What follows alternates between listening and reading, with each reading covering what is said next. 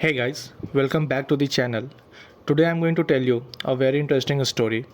It's about Denmark, a country that said no to nuclear power for 40 years, but now they're thinking about saying yes again. Why is this happening and how did Denmark survive for so long without using nuclear energy? Stay with me till the end. This story is really important for the future of clean energy. So let's go back in time to 1985. At that time, Denmark decided to ban nuclear power. And the reason behind this, because people were really worried. They were scared of a nuclear accident, and also the problem of nuclear waste was a big concern.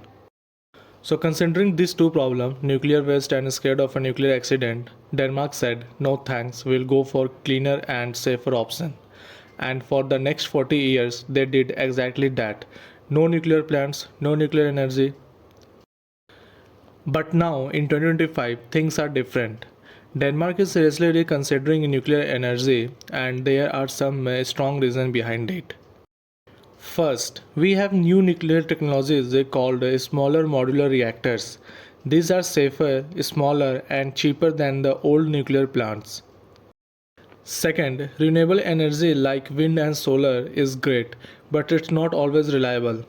No wind, no power. Cloudy days, less solar energies. Third, other countries like France, UK, Belgium, even Germany are going back to nuclear energy, and Denmark doesn't want to be left behind. Finally, Denmark has a big climate goals. They want to cut emissions by 70% by 2030 and reach net zero by 2050. For this, they need stable and clean electricity. So now, Denmark is thinking maybe we should bring nuclear power back at least as a backup.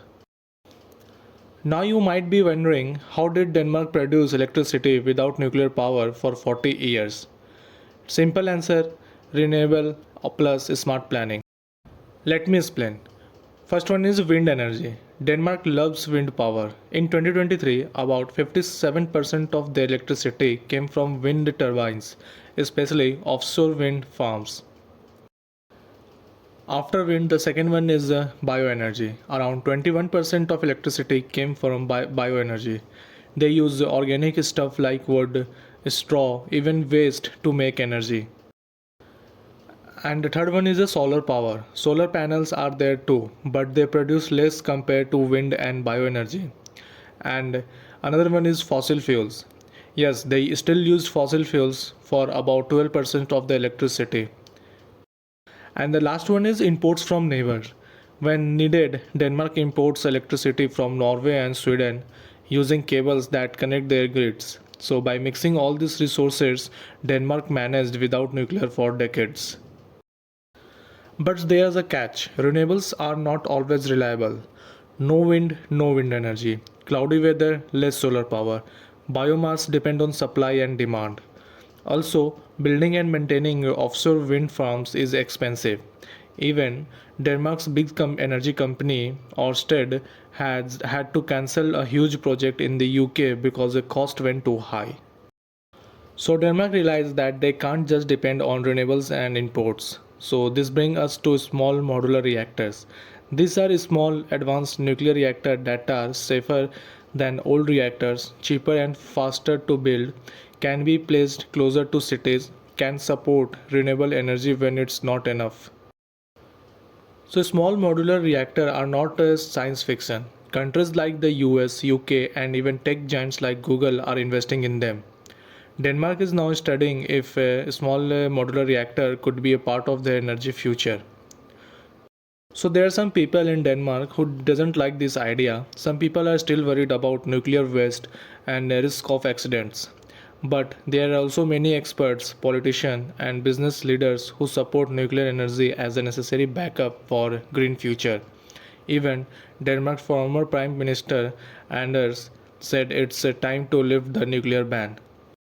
At last, I just want to conclude that so after 40 years of saying no to nuclear power, Denmark is now seriously thinking about saying yes.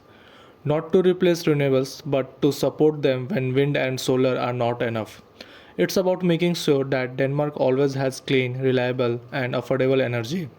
But in the end, the final decision will depend on research, public opinion, Denmark's energy need. Whatever happens, Denmark will keep leading the world in green energy innovation.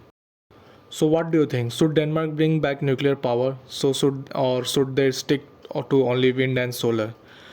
Let me know in the comment below. If you enjoyed this video, give me a thumbs up. Don't forget to subscribe for more simple and clear explanation on big global topics. Thanks for watching. See you in the next video.